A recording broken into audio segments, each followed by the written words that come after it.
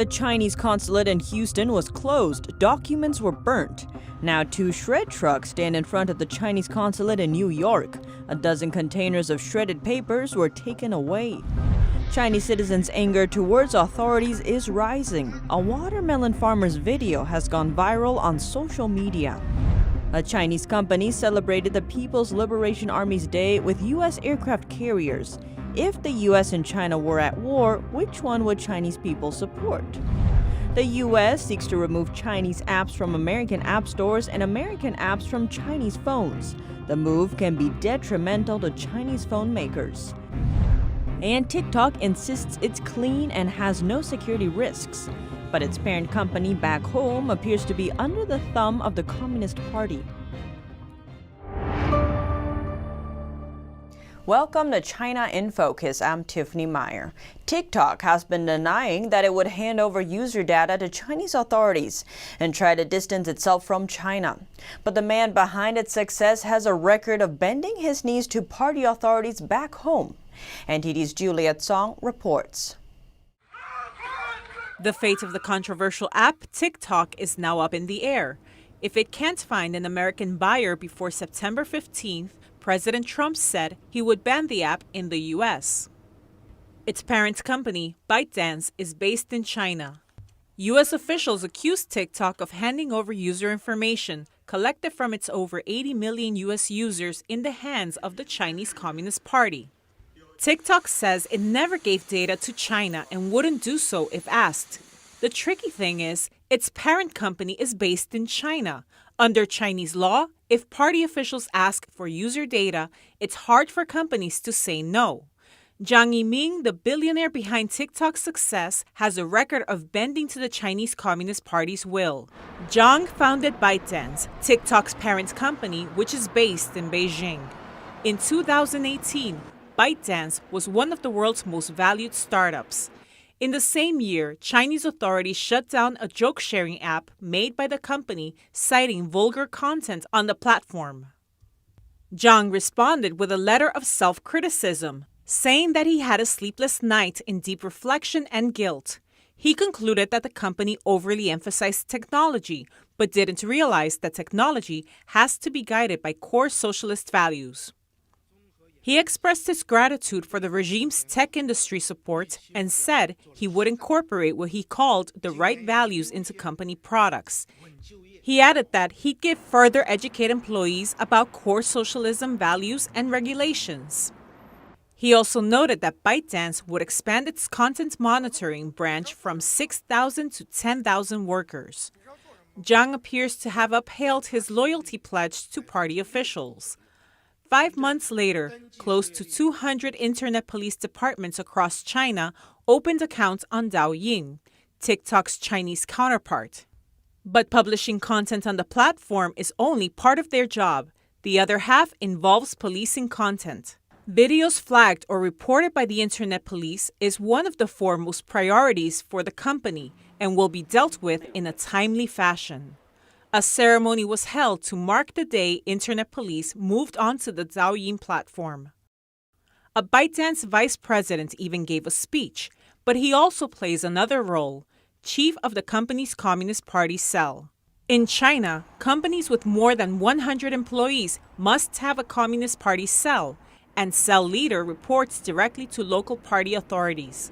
Like the vice president, many key company workers are also members of the Communist Party.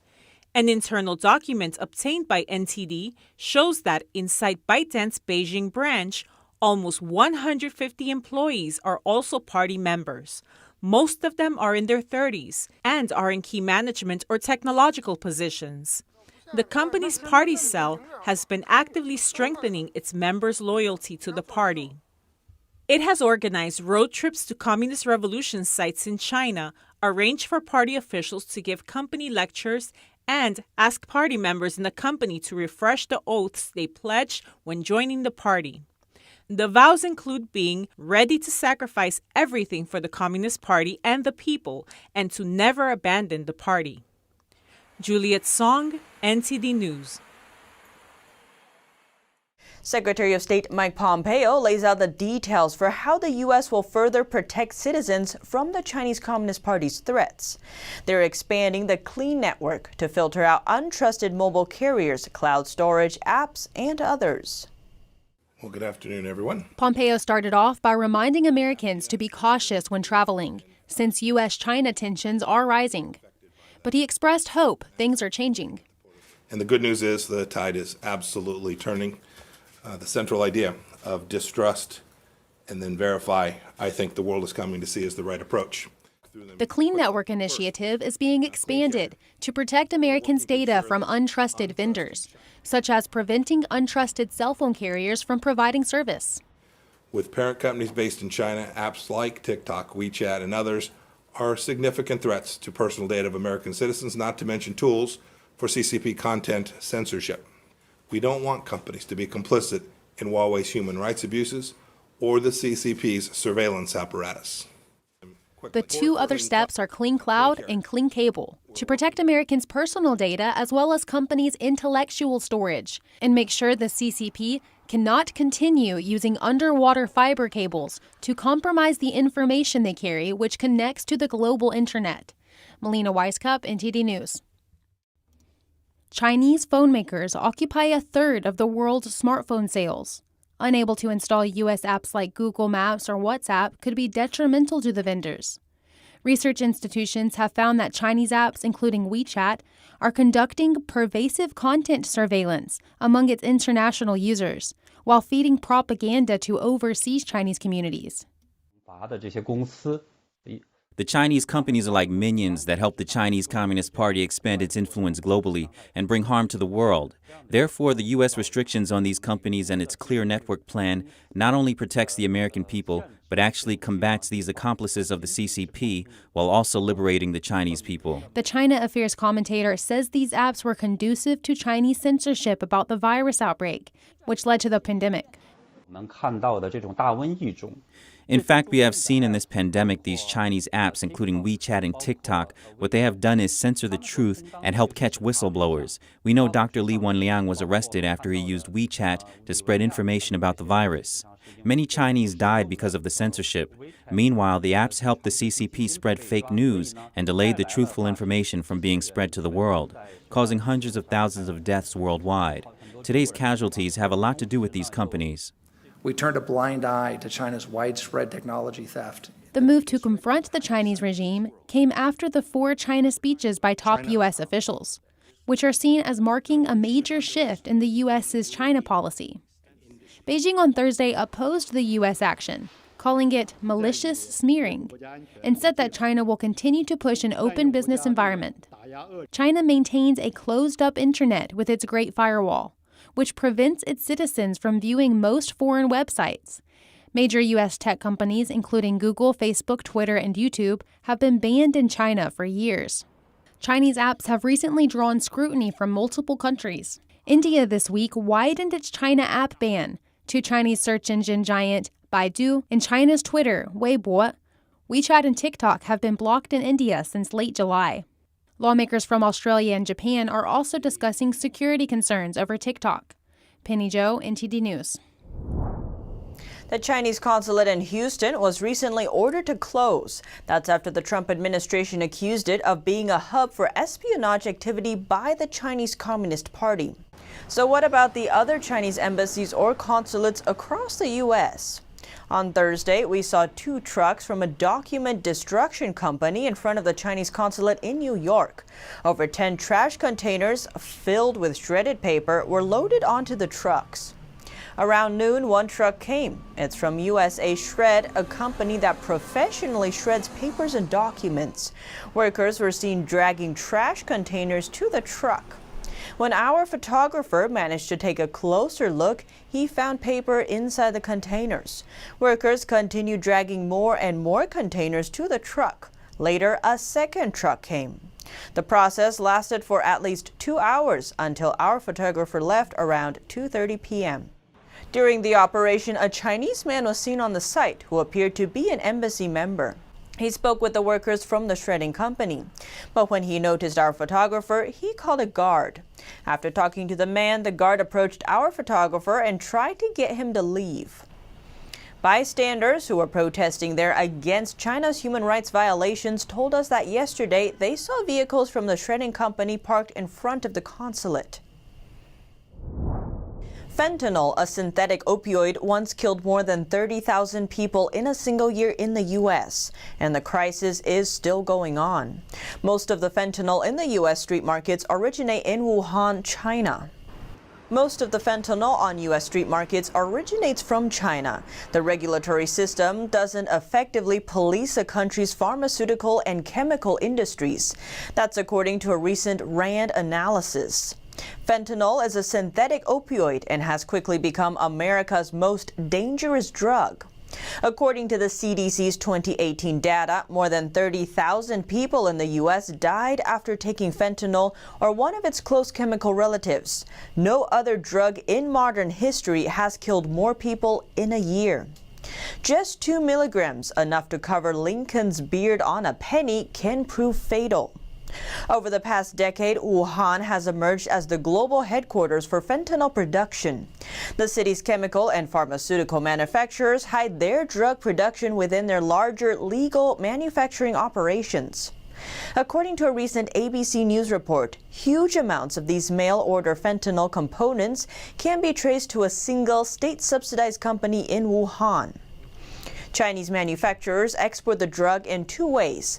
Either they send shipments directly to the U.S. via American Postal Service, UPS, and FedEx using the dark web to process orders, or they ship fentanyl and precursor chemicals to drug cartels in Mexico.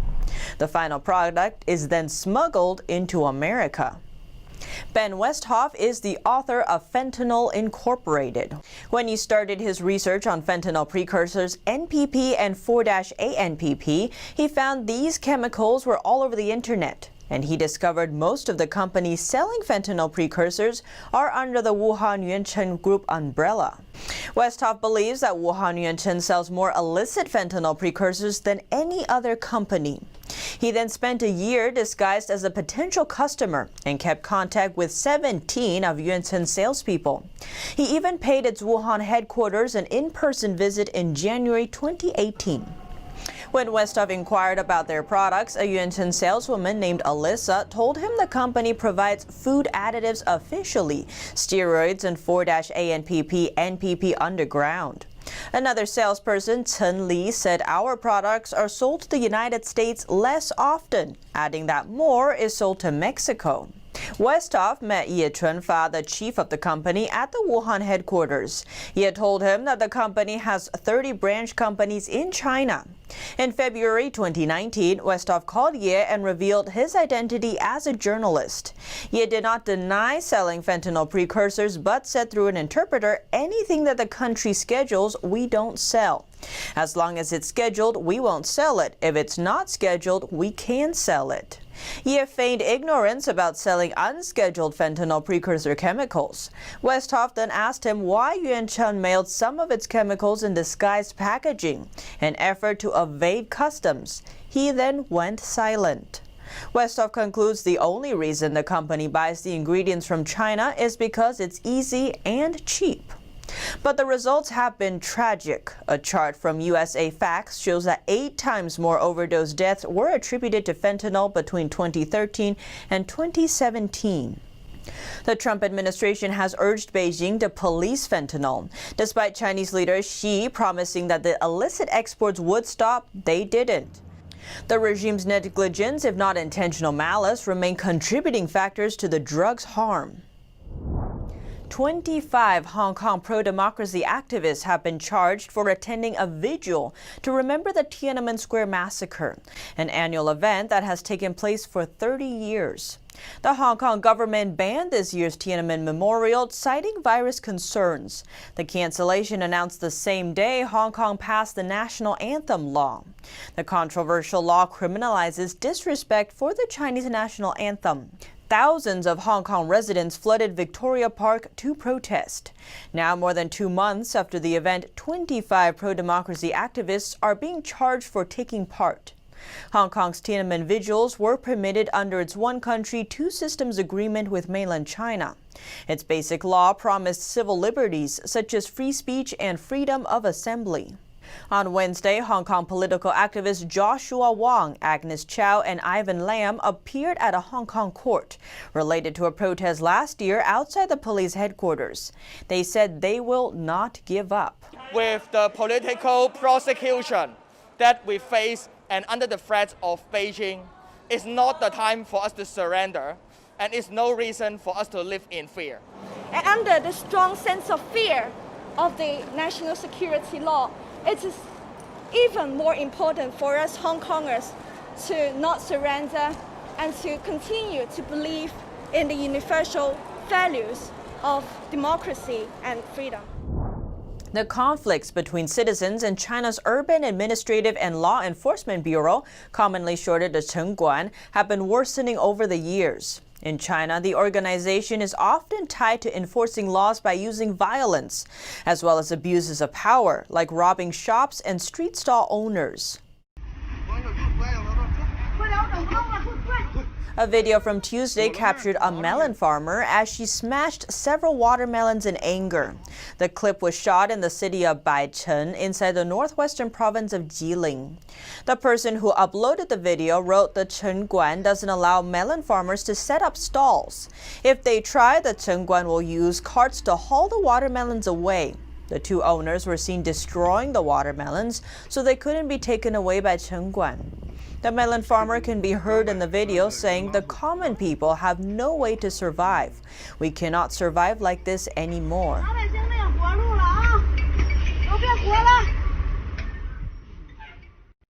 Another similar case occurred years ago, back in 2013.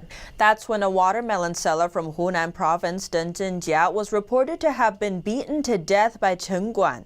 His body was protected by people on the street to prevent authorities from seizing it and to preserve evidence. The incident sparked great anger in local residents and business owners. As a result, the authorities were forced to relent, and 4 Chengguan officers were later sentenced to up to 11 years in prison. Yet another video on Chinese social media revealed how a group of Chengguan robbed a melon stall owner. The owner tried to stop the Chengguan from taking his melons, but another Chengguan officer continued to take them anyway. The owner started to fight back, but it did little to stop them. Out of desperation, the owner started to push the melons off the fruit stand. But the Chengguan officials still didn't stop. Even a child stepped up to try and stop the officials, but he was shoved to the ground. It's unclear whether he's the stall owner's child. According to some of China's leading sports coverage media outlets, reports on Wednesday revealed that 7 athletes in Syria's men's football team have been infected with the CCP virus. The reports describe their diagnosis as great news. That's because the Syrian team is scheduled to play against China's team in the World Cup qualifier. The Syrian team is temporarily ranked first in the world preliminaries. The Chinese team will face the strong rival in November and reportedly has little chance of winning. According to the Syrian Football Association, 4 players and 3 staff members have been infected so far. The team has paused its training for now. The gloating media reports have prompted discussion online. Many netizens are calling the Chinese media's reaction inhuman. One netizen commented on Twitter sarcastically, saying that the Syrian team has now tasted the true friendship of the CCP. Another one hinted that China's communist ideology has been destroying Chinese people's moral values ever since the Communist Party came to power 70 years ago. Chinese netizens are laughing at a poster designed for the People's Liberation Army Day celebration. The holiday aims to show gratitude to China's military for safeguarding the country. But the poster has sparked humor because none of the aircraft carriers or warships pictured actually belong to China. A Chinese real estate corporation designed a poster in celebration of PLA Day, which falls on August 1st. Directed towards the Chinese Army, the poster reads, "Thank you for your protection. We have a home and a world." Yet the aircraft carriers and warships that appear in the poster don't belong to China. Instead, they're from the U.S., France, Britain, the Netherlands, and Italy. A netizen posted the image on Weibo with a comment asking sarcastically, "Doesn't the U.S. aircraft carrier fleet look near and dear?" American Chinese media outlet The New Heights conducted an online poll earlier this week on Twitter among only Chinese users. It asked, if the U.S. is determined to overthrow the Chinese communist regime, do you plan to side with the U.S. military or the CCP's army if war breaks out? Results show that more than 80% of voters chose to stand with the U.S., while only 8% said they'd help the CCP. 10% remained neutral. A 2018 survey from Chinese web portal NetEase posed a similar question to people in China. The survey asked, "How much will you donate to your country in the case of a war?" And the pinned reply says, "I will donate 1,000 to the U.S." Someone else also replied to the comment, writing, "I agree with you, and I'll send information to the U.S. Army." Now we turn to the U.S. Defense Secretary's comments on China. U.S. Defense Secretary Mark Esper described China as a military rival to the U.S. During Wednesday's virtual Aspen Security Forum, Esper spoke of countering the Chinese regime. He said our chief competitors are China and Russia in that order, adding, "We have seen China become more aggressive." The defense secretary outlined possible ways to respond, including ordering 50% of the National Defense University to focus on China, as well as increasing Mandarin language training for personnel. The U.S. and China have been conducting military drills in the South China Sea. Esper noted China's bullying tactics in the region. He noted, "We see them acting out in a way that is inconsistent with international norms and rules of behavior." He described methods of combating the aggression, including building on U.S. partnerships in Asia and the Pacific. Esper called it the best way to push back on China and its bad behavior in the Pacific. He also noted the Chinese regime's increasing presence around the globe, including in the Indo-Pacific and Africa. Likewise, Esper touched on the decision to pull troops from Germany, saying it brings flexibility to deal with other threats like China. He said, "I have to be thinking about the future," adding that it's important to continue building up partnerships and allies. The Department of Education found that U.S. universities failed to report more than $6.5 billion in foreign money over an 8-month period since July 2019. Now, lawmakers are asking 6 universities to submit records about their foreign funding. Republican Representatives James Comer, Jim Jordan, and Virginia Foxx have sent a joint letter to 6 universities demanding they submit records about their foreign funding. The 6 are the universities of Chicago, Delaware, and Pennsylvania, as well as Harvard, Yale, and New York University. The 3 lawmakers made their requests in light of transparency concerns and to help us better understand the foreign influence and investment in U.S. higher education. They are concerned that countries use donations or contract agreements for benefits or quid pro quos. Just recently, former chair of Harvard's chemistry department was charged in relation to participation in a Chinese state-run job recruitment program without disclosing these ties to federal authorities. The 3 lawmakers specifically named 5 countries of concern for foreign funding: China, Qatar, Saudi Arabia, Iran, and Russia. For China, the lawmakers want to see records of funding from the Chinese Communist Party, state-affiliated organizations, and businesses located in China. And that's all for today's China in Focus. Thanks for watching and see you tomorrow.